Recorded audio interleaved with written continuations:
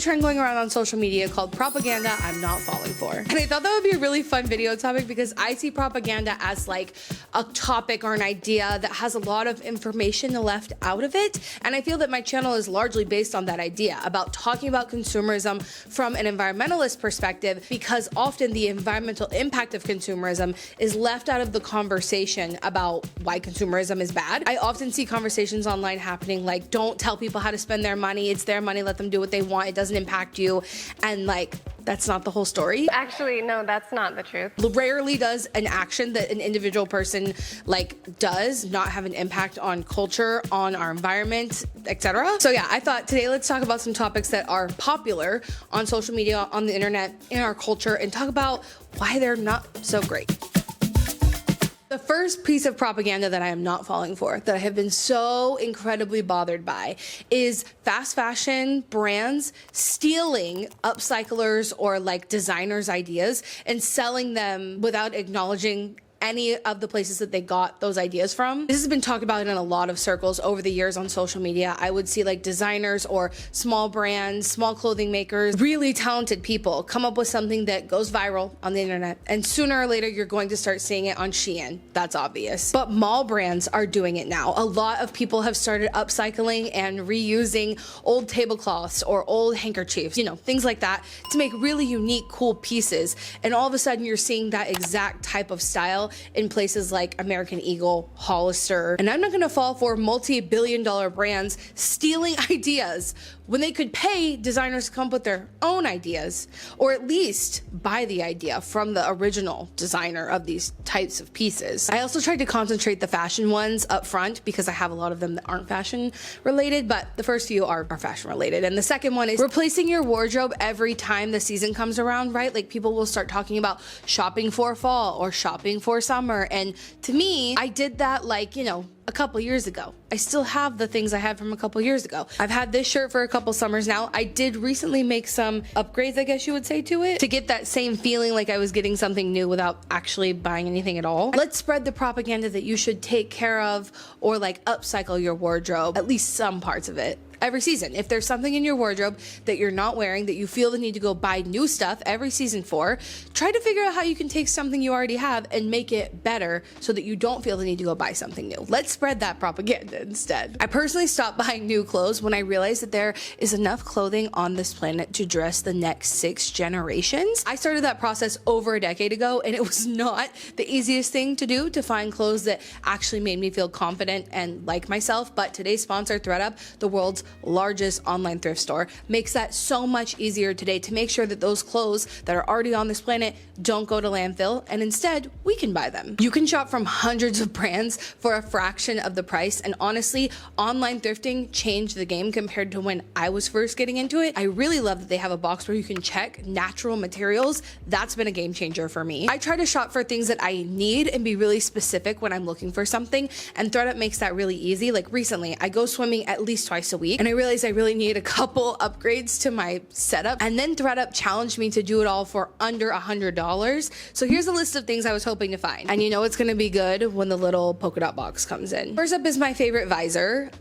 This is the one I already had, okay? This is why we needed another one. But the real reason I wanted to get this is because it's originally from Girlfriend Collective, and I was often forgetting it when I was going to the pool because I also use it in my front yard when I'm doing yard work, and it has a spot right next to my front door, so it stays in there, and I often would forget to bring it with me to the pool. So I got another one. But the reason I bought the exact same one, and I was so excited when I saw this on ThredUp, is because most visors have a very loud brand that I don't want to be an advertiser for right on the front and center of the hat. And it's the exact same one, so I can keep one in my pool bag, keep one by my front door, and not be without one when I'm out in the sun. Then I really needed another pair of like terrain sandals. I don't know how to describe it. There's a few brands that make them. If you're an outside girly, you know you know. The ones I was using for going to the pool, literally like the bottom came off. I don't understand that. I hadn't even been using them for a whole year. It's ridiculous to me. I probably will never buy from that brand again. I found a new pair of Chacos that were wide for my wide feet,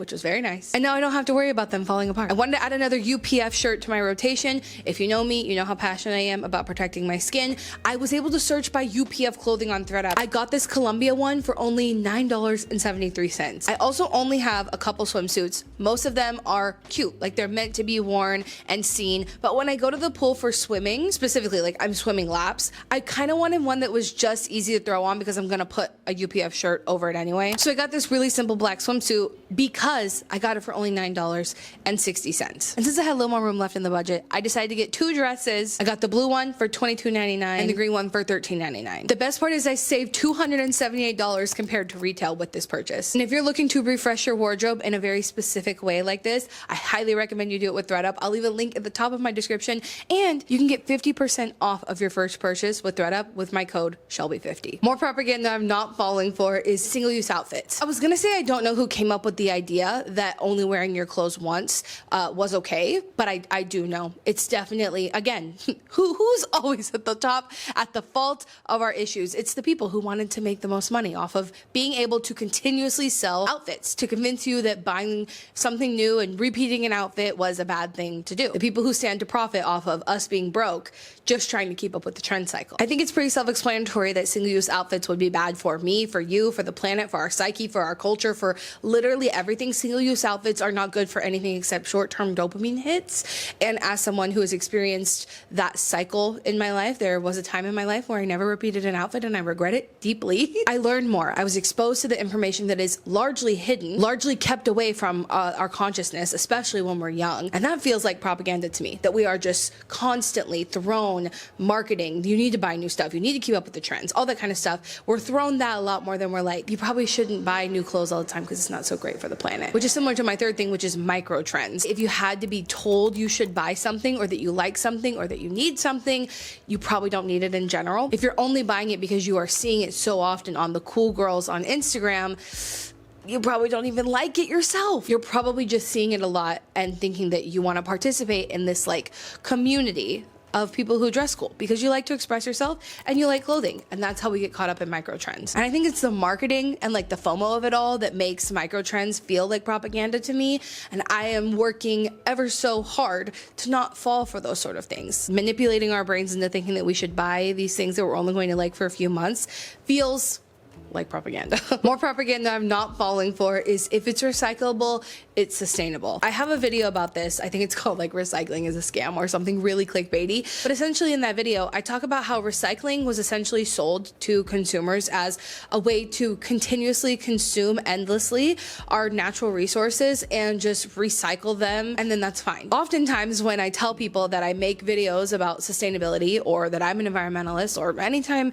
something like that gets brought up in conversation, the first thing people say is, oh yeah, I recycle. It really is kind of a pacifier, in my opinion, for a lot of problems. People think that as long as they can recycle their trash, they're doing good and like the environment's fine. And like, oh my God, is that so not true? And there were literal propaganda campaigns trying to tell people that like the most you can do for the environment is to recycle. And now I see that as like the bare minimum. I don't even think of that as something you're doing for the planet. It's just like what you do. You have a recycle bin and you have a trash bin if your city provides it, which at this point most major cities do.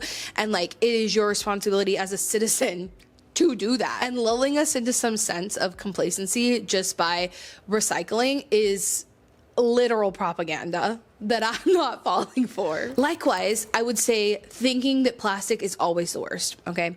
There was a time in my life where I thought if I used plastic, like everyone was going to die and my world was going to end. But the more and more we learn about recycling or shipping or greenhouse gas emissions and all the different parts of what make up sustainability, I realized that plastic isn't always the worst choice. Actually, specifically when it comes to essentials and food products, plastic can help keep things better for longer. Plastic is lighter weight, so it takes less emissions to ship. Plastic is recycled at a terrible rate. Like plastic recycling, like we just talked about recycling in general, is essentially a scam. Only 30% of glass produced in the US gets recycled. And that's not that much more than the 10% of plastic that gets recycled. And as someone who was actively a part of the zero waste movement, I always have to remind myself that plastic has its place in our world. And unfortunately, thanks to this economic system that we live under, it is largely unavoidable and out of our control. Just saying plastic bad, it's not quite that simple, in my opinion. And that is a messaging out there that I don't want to fall for. I don't want to simplify something that is actually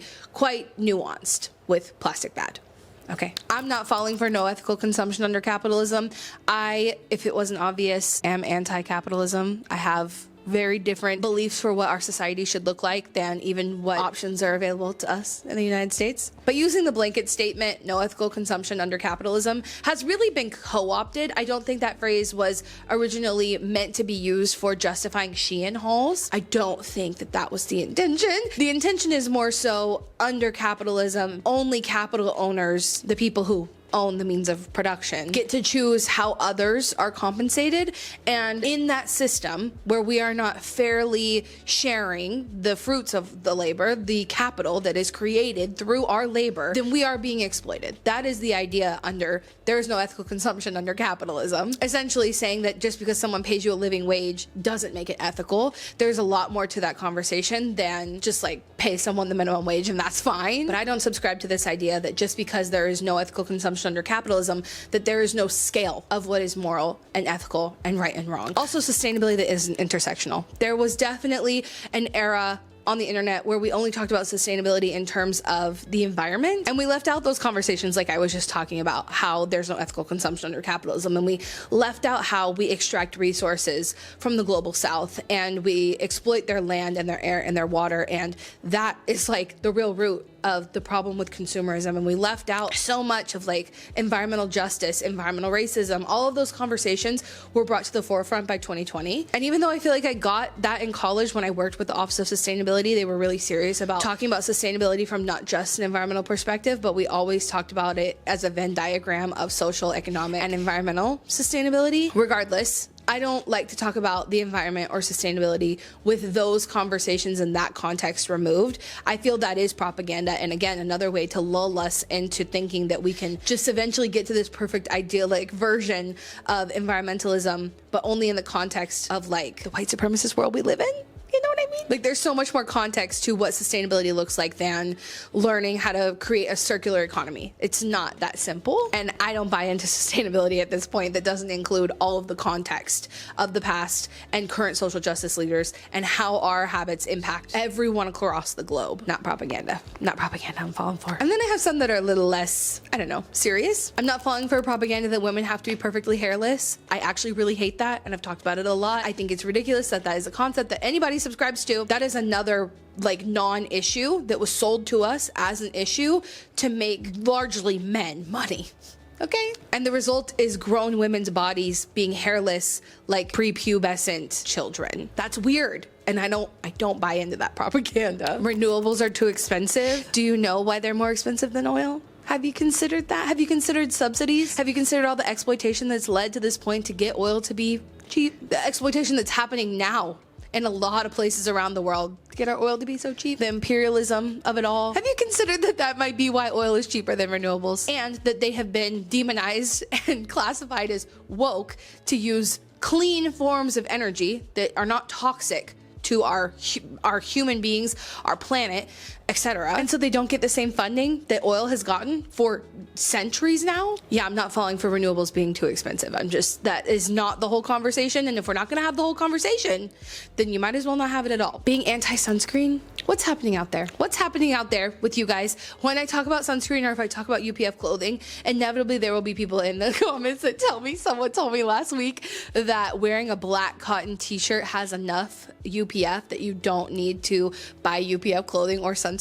The UPF of a cotton t-shirt, even if it's black, is less than 15. And in addition to that, as someone, again, who has a science degree, the albedo of black attracts the rays to you. It makes you hotter. No, thank you. I have no interest in being more warm. Yeah, I'm not falling for the anti-sunscreen crunchy granola of it all. No. I think the propaganda of carbon footprints goes without saying. I think it's yet another way to like point the finger at each other and say that each of us, like working class people, are doing something wrong, instead of focusing on the big polluters, the big emitters, the people who are exploiting all of us so that they can emit more carbon in a year than we will in our lifetimes. Carbon footprint matters to an extent, especially as people who live in the United States. We have some of the biggest carbon footprints in the world. But if you're going to shame an average person for going on a vacation because they had to get on a plane, I think that's a little silly. Grass lawns is one that I just am not falling for. Grass lawns, literal propaganda. Again, okay, I have a whole video about the propaganda of grass lawns. I'll link it up here. And then I also have a video where I talked about how I turn my front yard into a certified wildlife habitat, which I think is a much better use of space. I really want more people to think about the fact that we don't use our front yards. Like, we are literally removing the ecosystem for something that we don't even use. I understand why people are so protective over this idea of the perfect green grass lawn, because again, in that video I talked about, it makes us look like good little consumers, good little members of society if we spend the time, energy, money, resources to keep our grasses green. There have been literal decades of propaganda about how that makes you a good person, and that's why people care about it. But if you really stop and think about it, we have removed entire ecosystems to maintain a patch of grass for nothing more than aesthetics. Why not at least let the pollinators have it? Grass lawns are propaganda I'm not falling for. Don't get me on my soapbox. Sustainable marketing terms that literally have no definition. Clean beauty, natural, biodegradable, even green. Like, there are no legal definitions of these words, which means people can run around and use them however they want, and there's no enforcement going to come and tell them that they are wrong. Until there's like a lawsuit on the books that says this is how this is interpreted, and even then, it would only matter if someone sued them after that ruling. But basically, those words don't mean anything. And so that's, again, literal propaganda I'm not falling for. The idea that tech will save us, not falling for it. Carbon capture, geoengineering, EVs for all, it's not going to save us. Like, long term, in a literal way, those things will not sustain. We have to figure out a way to mend humanity with nature again, or we will not survive on this planet. Okay? That war is ever the answer. Talk about propaganda, okay? The amount of propaganda that has happened in the United States. We are one of the most propagandized populations in the world. And most of that propaganda is created in our country to get us to support endless wars for resources. They'll tell us it's about something else. But at the end of the day, most of our tax dollars, the majority of the taxes we pay, go to fund the military to go and steal resources from somewhere else. And then a lot of money is put into propaganda to make us think that those wars are justified. But it is literal propaganda to make us think that going and stealing resources from other people around the world in the name of creating more products for us to consume here in the United States is okay. And I don't think it is. So I have a few here that really could be entire videos of their own, and I don't want to get on my soapbox because I feel like I've already been talking for a while. So if you want to see those, let me know in the comments. Make sure you like this video if you like it. Also, check out today's sponsor, ThreadUp. I love them so much, and I do think they're a solution to much of the things that we talked about today. So the link is at the top of my description, and you can use code Shelby50 for 50% off of your first order, plus free shipping. And remember, until next time, you cannot do all the good that the world needs, but the world needs all the good that you can do. Bye, guys.